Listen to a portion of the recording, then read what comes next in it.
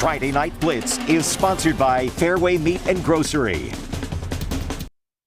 This is the Johnston student section, and you're watching Friday Night Blitz.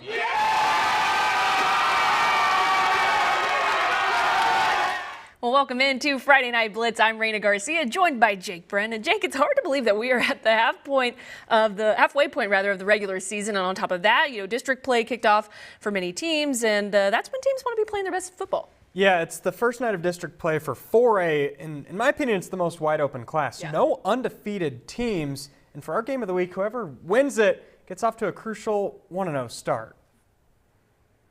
Newton caught the state by surprise last year, getting off to a 6-0 start and finishing with their best record since 2017. When you think about back to last year, that those kids were a blast to be around, and we're really blessed that we have a lot of the same kids still here this year. I feel like some people still look over us a little bit, but that doesn't bother a lot of guys. I think that just kind of drives them a little bit more and to be like the underdog. This year, the Cardinals are off to a 2-2 start with those two losses coming to top 10 teams. Their next matchup is a district opponent in another top 10 team, Bondurant-Farrar. Long term, we obviously have a lot of goals, but we're just taking it 1 week at a time. We like to use a mountain analogy. Just do our climb for this week and just focus on the now, focus on the present, and don't look too far in the future. We truly believe that Class 4A has the most parity amongst it, right? It's a lot of teams that are very similar to each other.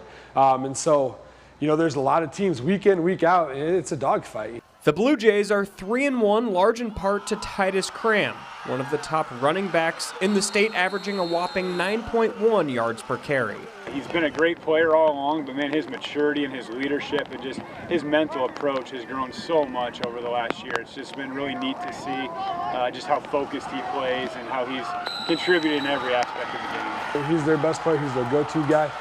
He's the guy that gets all the attention for him. So, we're a huge believer. Our defensive philosophy, try to take away their best weapon. We've tried that throughout every single game that we've played so far. So, mission stays the same: take away their best weapon, try to get somebody else to beat us. Game of the Week, sponsored by Fairway Meat and Grocery. Nothing says game of the week like Dave Bingham. He's got your highlights from Newton. H.A. Lynn Field in Newton.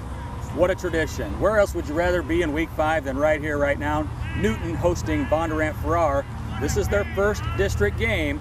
4A District 4, it's time to go. Lots of history here in Newton, and we always like to honor Frank Gilson, the great coach, and his press box. Caleb Madison, Newton gets things going early on offense, but they run into a very hot player on defense. Reed Faltzgraff with the interception here. And stay tuned because there's more from him. Jordan Ryle goes back to pass for the Jays, finds Faltzgraff. What a catch. Somebody's an athlete. And then one of the best, Titus Cram, punches this one in. 7-zip Jays. Cardinals on offense again, and it's Faltzgraff again. Pick number 2. Cram, touchdown number 2. 14-zip Jays. And then still in the first quarter, are you kidding me? Faltzgraff with pick number 3. And then the offense not done. Ryle rolling to his left, and what a pass here to Cram. Touchdown number 3 for Titus. 21-zip Jays. Newton's gutty gritty though, and Caleb Mattis goes back to pass, and he finds Cody Klein, who's a good one. Finds a seam, gone. 59 yards, touchdown Newton. This one gets wild in the second half. A lot more scoring. We don't have the time to show you all of it. 42-21. The Blue Jays get the win over Newton. Newton's game, though, this is a good football team, but a lot of turnovers, a lot of wild action, so both teams will clean stuff up and get better next week. But that's going to do it from Newton. And, of course, we'll send some stuff on our Dome Dynasty social media later on and next week on the Friday Night Blitz. Back to you guys in the studio. The 2-2 Clark Indians on the road at the defending state champs Van Meter Bulldogs. Van Meter entering this game at 4-0. Well, we get the scoring started on the opening kickoff here, and it didn't take long. Ben Gordon goes the distance untouched. Touchdown Van Meter, and the Bulldogs jump out to an early lead. I think that is a play of the week material right there. But later in the quarter, Austin Baumhover throws a dime in the corner of the end zone to Cale Trudeau, and that extends Van Meter's lead to 20-0. And you thought the Bulldogs were done scoring in the first? Well, think again. This time it's spun over to Caleb Moore for the 4th touchdown of the quarter, giving them a 27-0 lead. But then in the second quarter, Van Meter A wide out, Porter Doggett takes the ball and does a tightrope back down the sideline, giving the Bulldogs a 34-0 lead. And Van Meter rolls past Clark tonight, 48-10.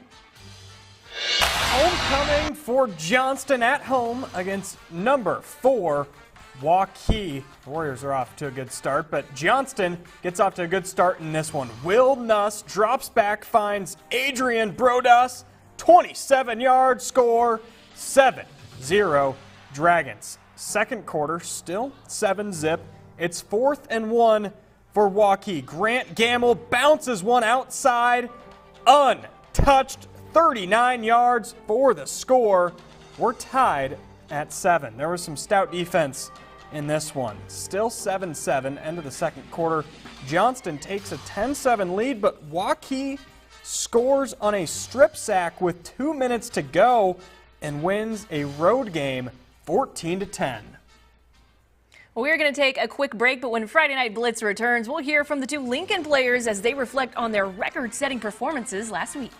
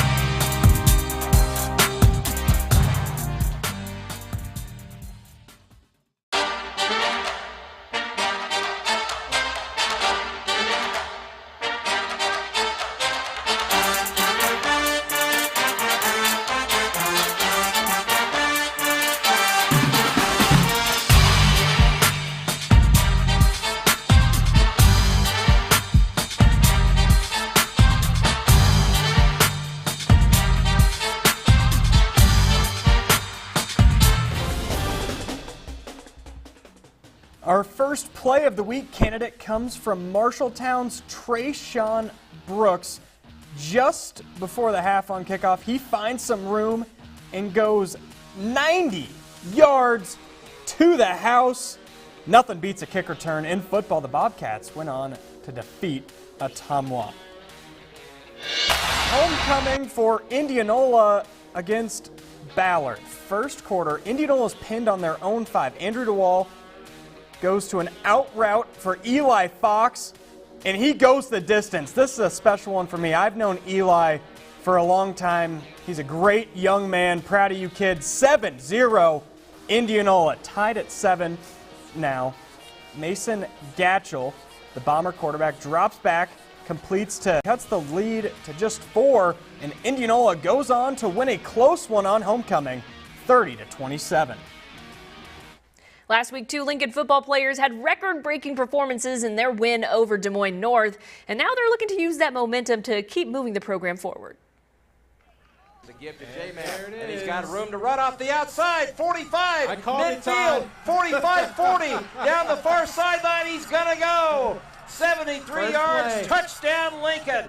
This touchdown would turn out to be one of 6 on the night for junior running back Javon Sanders and Lincoln's 56-6 win over Des Moines North. Well, the coaches trust me with the ball. You know, I just follow my blockers, my pullers. I just, I trust my whole line.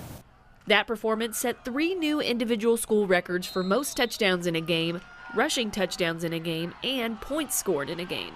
I've been coaching 18 years, and I don't say this lightly, but Javon is probably one of the most explosive athletes that I've ever coached in regards to football player, and the sky's the limit for him. Having grown up watching his brothers play for Lincoln, being able to make his mark on the program in this way is extra special. I'm proud, my whole family really played for Lincoln, and I just, I'm one that got 3 records now. But he wasn't the only one to get his name in the record books that night. Senior Leo Jones also set a new record for most solo tackles in a game with 19. Me and my dad like to talk about it. That's probably one of my best games I've ever played. I just wanted to be the best linebacker I could be, but I didn't even know there was a record like that. So it's nice to know that I got it now. Leo has been there since day one when I got the job, and he's just been really dedicated to try to not only make him better, but also bring those teammates along with him.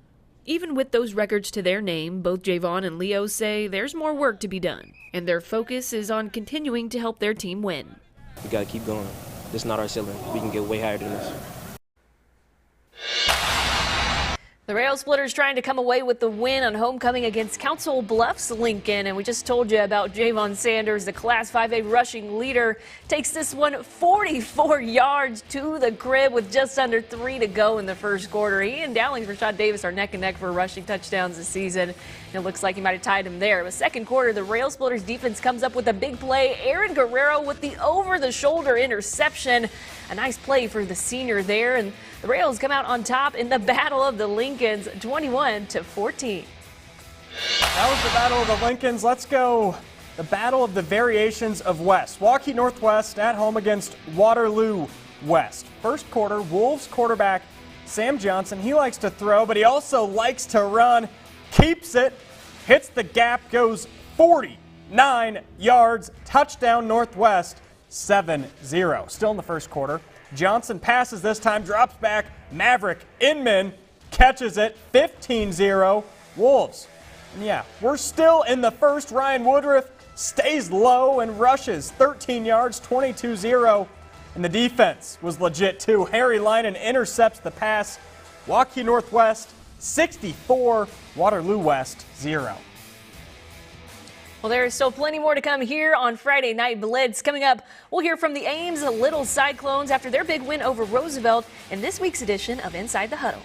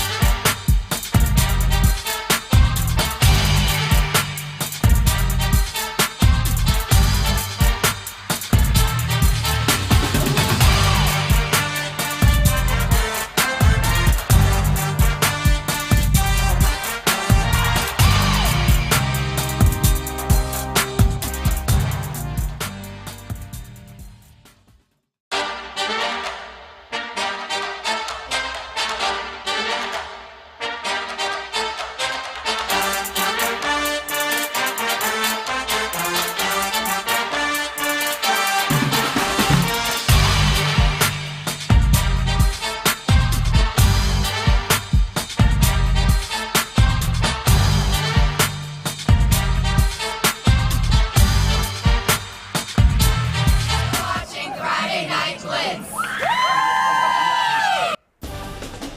Inside the Huddle, sponsored by Des Moines Orthopedic Surgeons. Last week, Ames High finally got in the win column after defeating Roosevelt on the road. And while they certainly took their lumps in the first 3 weeks of the season, the lessons learned from that are starting to pay off. There's a lot of youth on the Ames roster. They've had their fair share of growing pains this season, but it all paid off last Friday in their win over Roosevelt. Even though we lost 3 games straight, we keep going, keep grinding every day, we got each other, so it's good. Junior Jamison Poe and sophomore Cameron Cantonwine have become a dynamic 1-2 punch for the offense. Cantonwine rushed for 230 yards on 19 carries and a touchdown, while Poe rushed for 83 yards, 3 touchdowns, and he also had a 60-yard receiving touchdown. Jamison did a nice job last week getting tough yards. We kind of challenged him the first couple of weeks. We're like, not every hole you can drive a truck through. You got to make your own a little bit, and he did a lot of that last week. And obviously, Cameron Cantonwine stepped in at quarterback and rushed for 230 yards was huge. He's playing quarterback, but he runs like a fullback. And, sometimes I got to tell myself he's only a sophomore and Jamison's only a junior. So we want to have as much success as we can right now, but we're playing a lot of young guys who are really stepping into big roles in Class 5A football. But the team isn't satisfied with just one win, and they want to continue taking steps forward.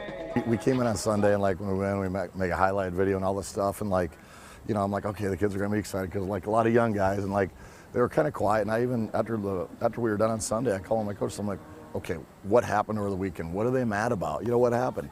And he called one of the guys, and they're just like, we're excited to win, but we're just going back to work. So I'm like, okay, that's a level of maturity maybe we didn't see coming from so many young guys, but that's great to see, and I love to hear that as a coach. The Little Cyclones on the road tonight, taking on Valley. The Tigers still looking for their first win of the season. First quarter, Drake DeGroot fakes the handoff and then gets out to Noah Craycraft. He's got some room to run, takes it up the sidelines, and into the end zone he goes for the touchdown. And Valley goes up 7-0 after the extra point. But we'll move to the second quarter. Valley up 10 now. They gave it to Damon Head, and he broke off some pretty big runs on this drive and caps it off with the touchdown to extend the Tigers' lead to 17. Now just under 10 minutes to play. Valley threatening to score once again. DeGroot connects with Darius Mason for the touchdown pass. Valley winless no more. They finally get in the win column, defeating Ames 52-13. 4-0 Madrid hosting 3-1 Earlham. First quarter, Ryan Stiles of Earlham powers his way in for the touchdown. 2-point conversion is no good, so it's 6-0 Earlham. Then it's stifling defense the rest of the way. Madrid's Nash Ramirez breaks up the pass on 3rd down. And then here's a big play on special teams. Jace Fusion waiting for the punt, fields it, makes a man miss, follows his blocker, goes 25 yards inside the red zone. But this one was 6-0 at half, and Madrid took the lead early in the 3rd quarter and stays undefeated 13-6. Well, tonight the Sadell Eagles were hosting Des Moines Christian, and this one was pretty much all Lions from the jump here. John Dewin got them on the board first with this touchdown, and he was balling tonight. 16 catches for 256 yards and 3 touchdowns. That's a crazy stat line. The Lions defense is also getting after it tonight. Coming up with a big turnover here. And Des Moines Christian wins this one big over Sadell on the road, 47-0. The Lions now move to 3-2 on the season. Well, on the other side of the break, Dave Bingham will catch up with our Coach of the Week.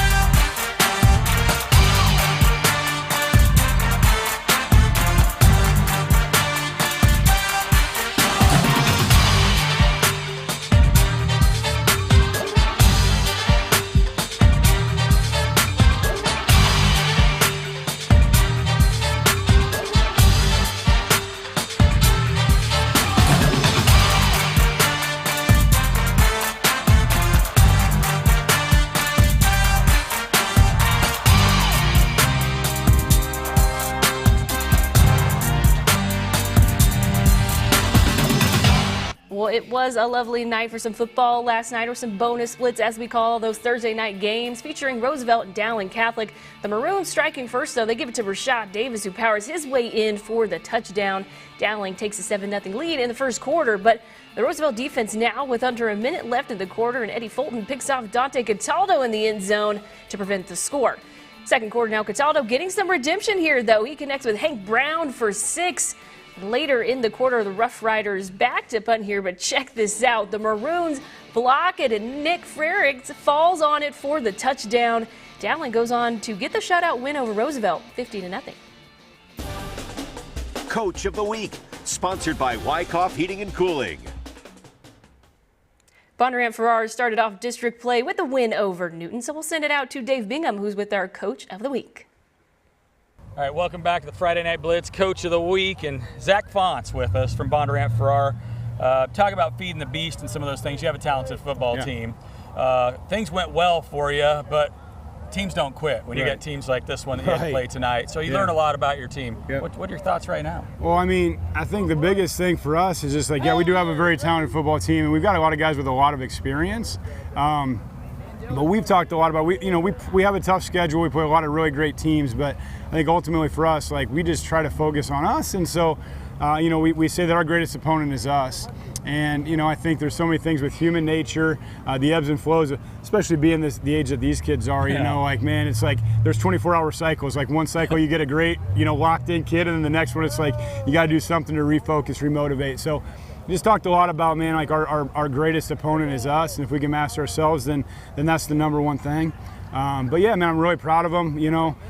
We played really hard. We battled through a lot of adversity, and I think that's what we're going to get, every week from every opponent that we play. And you look at right now, you have to stay with that foundational stuff, and I heard you talk a lot about that. And I mean, the feed the beast was one thing, but you went back to the foundations.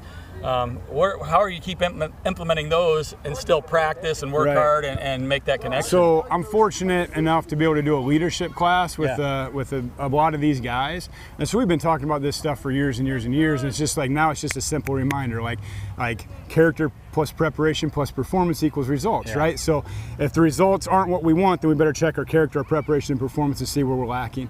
Deliberate practice. I did a study on that a while back, and that's like the number one indicator of success in all human beings. So it's just being in the moment. So these guys have heard it a lot, Hopefully they start to learn it, right? Right, yeah. So it's just like little reminders like that. But I mean, we talk a lot about that stuff. I think when I was an athlete, I'm not. Just the physical stuff just came, for a lot of these guys, but it's like the mental stuff that we all need help with, I think. Zach, we appreciate it. Yeah, Our man, Coach thank of the Week, you. Bondurant, big win tonight here at Newton. That's always tough. Yeah, absolutely. Waukee's Heating and Cooling Coach of the Week. We'll send it back to you guys in the studio.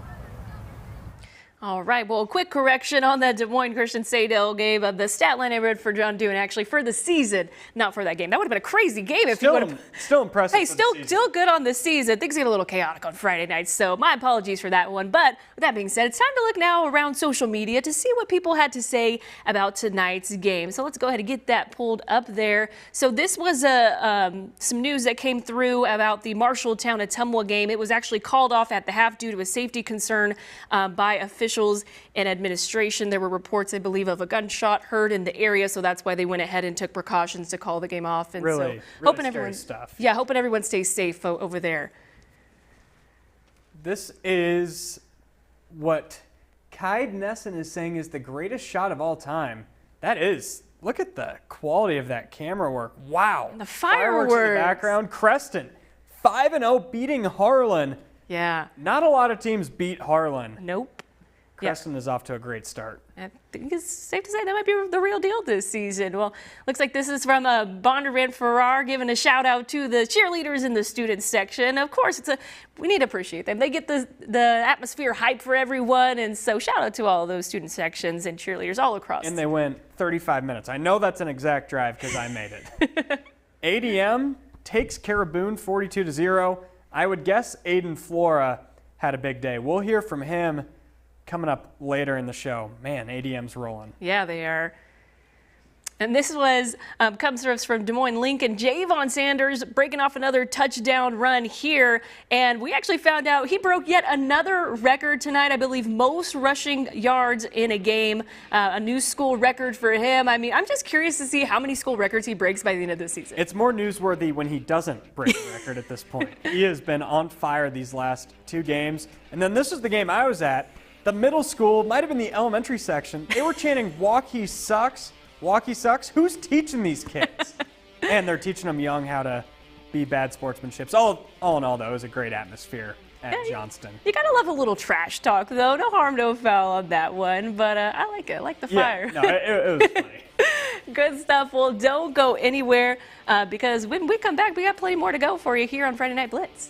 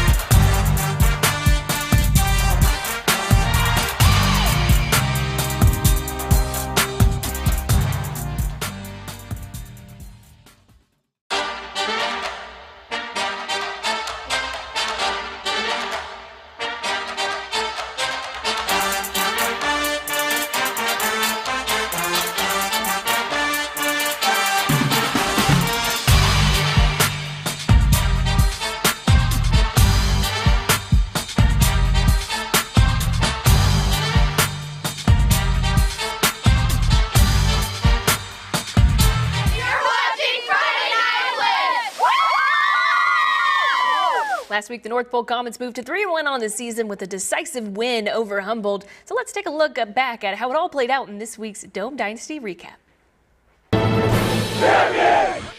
The eyes of the North Pole youth are on you. Tonight's another night. You got another night of young 8-year-olds, 9-year-olds, 10-year-olds, 11-year-olds from our youth football program out there watching you. They'll be announced at halftime. Okay, you remember what it was like to be a young kid. You remember what it was like to watch the varsity run out and play. Now you're that guy. Now they're watching you. Now they get to dream about what it's gonna be like to wear that number that you have on your chest. Okay? Embrace that. It's such an awesome feeling to know what you're doing for this program, how you are making this program better every single day. And at the end of the night, we get after it together. Have fun. It's a beautiful night to play football. Let's go.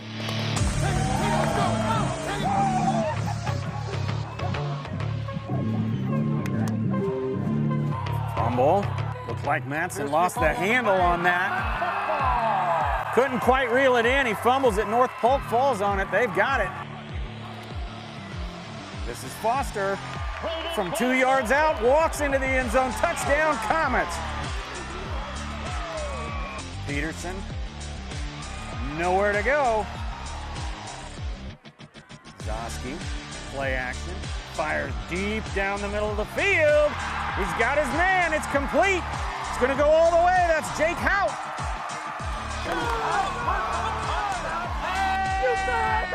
Nice job. Matson on 3rd and long. Lets it fly. Detman with the catch. Matson looking deep down the middle of the field. Lets it fly. That picked off? Yes, it is. There was a fight for the ball and North Polk won. Hunt this one out of his own end zone, standing on the E in Comets. Heavy rush by the Comets and they get to it. That ball is blocked. The punt was blocked and the Comets land on it at about the 14-yard line. Gives to Tate, right up the middle. Tough running by Tate down to the 2. Tate again, this time easy into the end zone. Touchdown. Way to go, way to go, way to go, way to go. Nice job. See you out there. 3rd and 6. Zosky wants to pass. Looks left, throws it up for Tate. It bounces up in the air, and Grout catches it for the Wildcats for the interception, and he's all the way to the end zone. Give us to Foster. Bursts through the line, right off tackle. Oh, he's tripped up by Grout. This is Foster from the 4, spinning forward into the end zone. The give to Tate. Right up the middle, great blocking, bust through. Now he cuts it outside and he's gone. From midfield, it's Tate. He's knocked out right before the end zone. From the 1, it's Tate and he's in the end zone. The Comets win this one tonight, 34-7 over Humboldt. Trust in your coaches, trust in your teammates so that we can continue to build and get better, okay? This thing isn't done after 4 games, okay? Now we get into district play. Okay, and we got to keep on climbing and get better.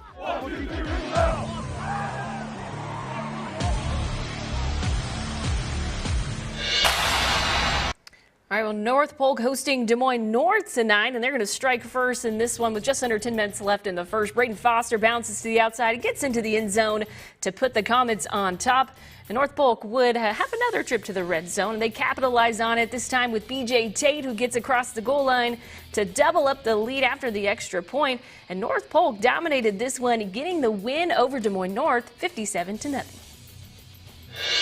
Norwalk hosting winner Sept, and it was a slow start in the first quarter. Norwalk's Aiden Harder drops back running for his life, somehow avoids this sack, gets out of it, but then he rolls the other way and throws an interception to Lane Hockett, and that puts Winterset in scoring position. They settle for a field goal 3-0. Then late in the first quarter, the Warriors score the first touchdown of the night.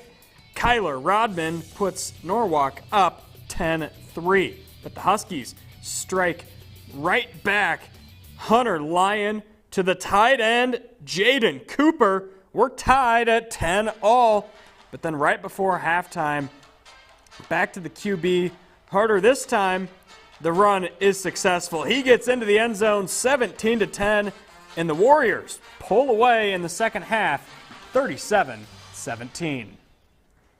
As we continue to reflect on the life and legacy of beloved high school football coach Ed Thomas, Dave Bingham sat down with Webster City head coach Bob Howard to talk about the impact Thomas had on other coaches around the state. One of his legacies to me is when you look at how many high school coaches played for Ed. First step, okay?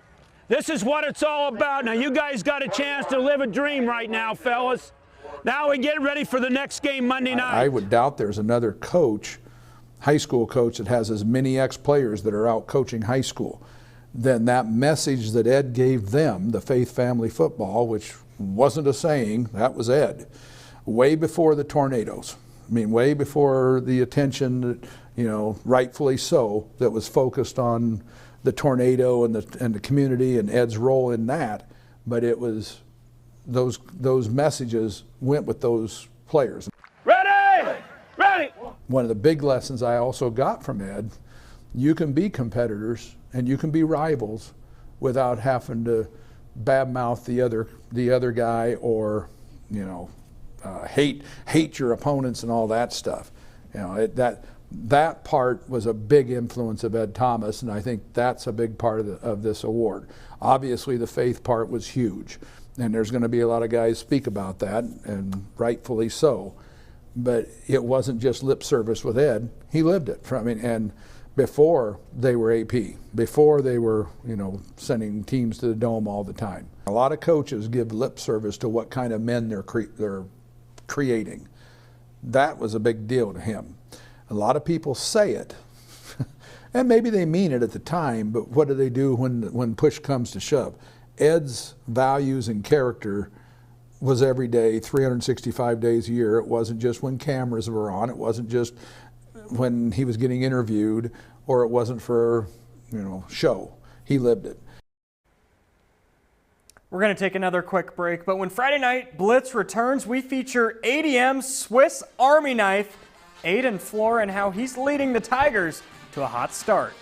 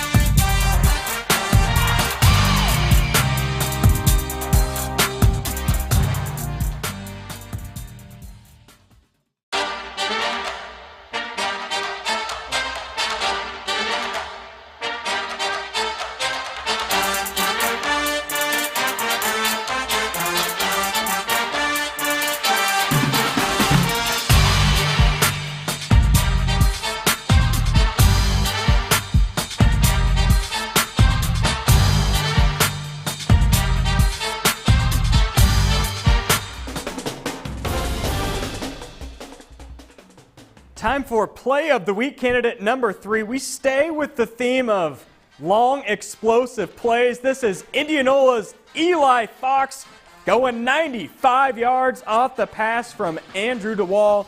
That made it 7-0 Indians. They won. Stay tuned later in the show to find out our winner. ADM has skyrocketed to second in Class 4A after a dominant win over Norwalk in our last game of the week. Their high-powered offense is built around dynamic playmakers and selfless leaders. Coming into this year, ADM had one of the best 1-2 punches in the state, Aiden Flora and Brevin Dahl. Unfortunately, Dahl broke his arm and is out for his senior season. It's hard.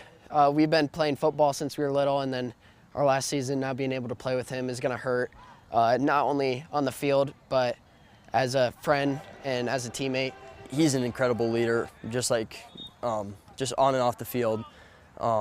And there's no doubt in my mind that he'll be able to pick up the slack. When you rush for 330 some odd yards as a quarterback, it's pretty impressive. And especially when you're 160 pounds and 5'9". Flora is listed as a quarterback, but he's far from just a QB. He's tops in 4A in rushing touchdowns, total touchdowns, and yards per carry. Oh yeah, he also completes over 70% of his passes.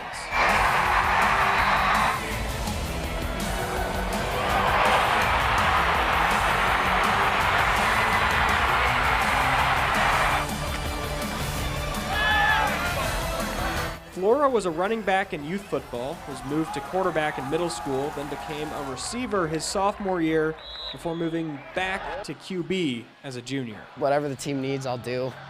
Kicker, punter. If he wants me to do that, I'll do that too. I mean, wherever he wants me is definitely where I want to go and help the team out. Whatever makes the team win is what I would want to do. The guy just really understands what it takes to be a team player. It's never about me. It's about what can I do to help the team. It's definitely advantage knowing everything that's going on between wide receiver, running back, and quarterback. So that's a big plus. I know where the receivers want the ball. Fan of the Game, sponsored by Waukee Heating and Cooling. It's not just the players that battle through illness and injury to get on the field for Friday nights. Some fans do it too. That's how much our fan of the game loves football. This is like what high school is about. I've actually been really sick all week, but took the medicine the doctors gave me just to be here. This is what we're about at Johnston. We live for this. These Friday nights. This is what we live for. All right, we'll keep it right here on Friday Night Blitz because when we come back, we'll reveal which play earned the title of Play of the Week.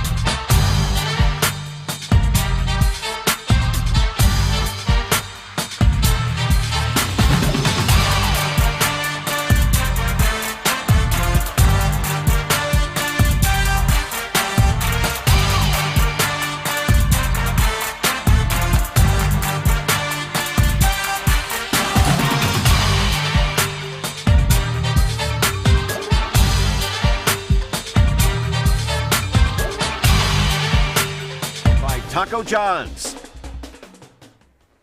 Well, we had some great nominees for Play of the Week, but there can only be one winner. And this week, it's going to go to Van Meter's Ben Gordon, taking the opening kickoff here and just taking it all the way, getting shifty down the sideline there, all the way for a touchdown. Anytime you see a kickoff return for a touchdown, it's always impressive, and it will likely land in our Play of the Week nominees. It's weird, but Van Meter has flown under the radar this year, and they're the defending champs, but they're just doing what they always do, taking care of business, and big plays like this from Ben Gordon are a reason why Van Meter is the class of 1A. Yeah, I mean, they're just so dominant in every game. I think Connor was telling us this game got pretty high scoring in just the first quarter, so as we saw. So definitely they're always a team to watch out for. But with that, let's go ahead and tell the people which teams will be featured in our next game of the week. It's Gilbert and Carlisle. So last year, we did a game of the week for Gilbert. It was the last game of the season. 1-7 going into it, finished 1-8. And it was a unique game of the week because their coaching staff, their players were talking about just the lessons that they've learned in losses. And now I believe they're 5-0. They were 4-0 coming into tonight. I think they won tonight, and they're going to be at home against Carlisle, a team that was really good last year, lost a lot of starters. But I'm excited for this one to see just inside the turnaround at Gilbert. Yeah, I mean, it's always impressive to see that how you respond from, a season that maybe didn't go as planned and to, go undefeated up until halfway through the season. I mean, some good things are happening there in Gilbert, so we'll be excited to chat with them. But we're going to take another quick break, but when we come back, we're going to give away our game ball for Week 5.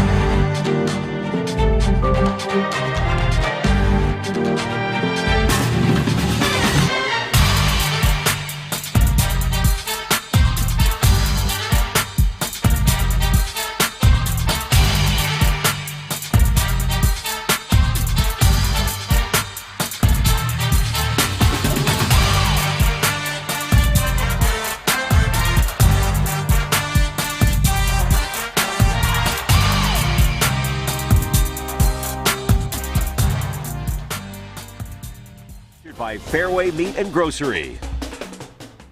Well, it is time to give away our game ball for Week 5, and this week it is going to two guys who made a game-winning play. We'll cut it in half and hand it to you. It's Waukee and Johnston. Dragons up 10-7, 2 minutes to go, and Barrett Wilcoxon strips Will Nuss, and Cole Tedesco scoops it up and takes it all the way to the house to give Waukee the lead and ultimately the win. And both defenses were so good in this game, almost to the point where it would take a defensive touchdown for the Warriors to win, and that's exactly what happened. So congrats on the win, Waukee. They're 4-1. Yeah, I mean, talk about a clutch play there, calling game. I mean, that's how you do it, never giving up. And so shout out to them. A great win there. But we are in the home stretch here on Friday Night Blitz. And when we come back, Jake and I will give our final thoughts on Week 5.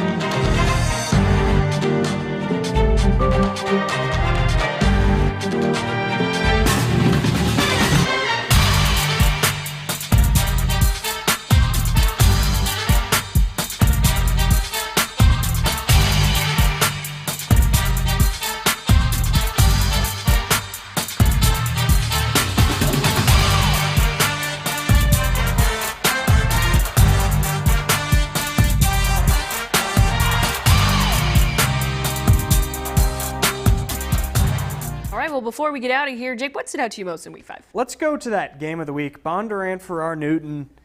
Big statement by the Blue Jays. Tough road test. Newton had a good year last year. They're off to a 2-2 start against two really good teams. So good to see Bondurant, Titus Cram, Reed Pfaltzgraff really put on a show. How about you? Yeah, well, Reed Pfaltzgraff, what, 3 interceptions in that game? In the first quarter, I think. Insane. Well, yeah, I would say Javon Sanders breaking another school record tonight, unofficially at 1,100 yards through 5 games. That's insane. So that's a school record for the whole season already? Well, I think definitely most rushing yards in a game. Oh, in a game, okay. But most likely, if he keeps going at this rate, we're only halfway through and he's at 1,100 yards on the season, probably another school record in the works for him. Those are NFL numbers. That's insane. Yeah, and he was so humble when he was talking about it. And he said, hey, we're not satisfied. We want to keep stacking up wins and take this program to the next level. So they're doing some good things over there. They can get in the big win tonight. Yeah, Coach Mathis is doing some good things. Definitely. Well, that's going to do it for us here on Friday Night Blitz. Thank you so much for joining us. We'll see you next time.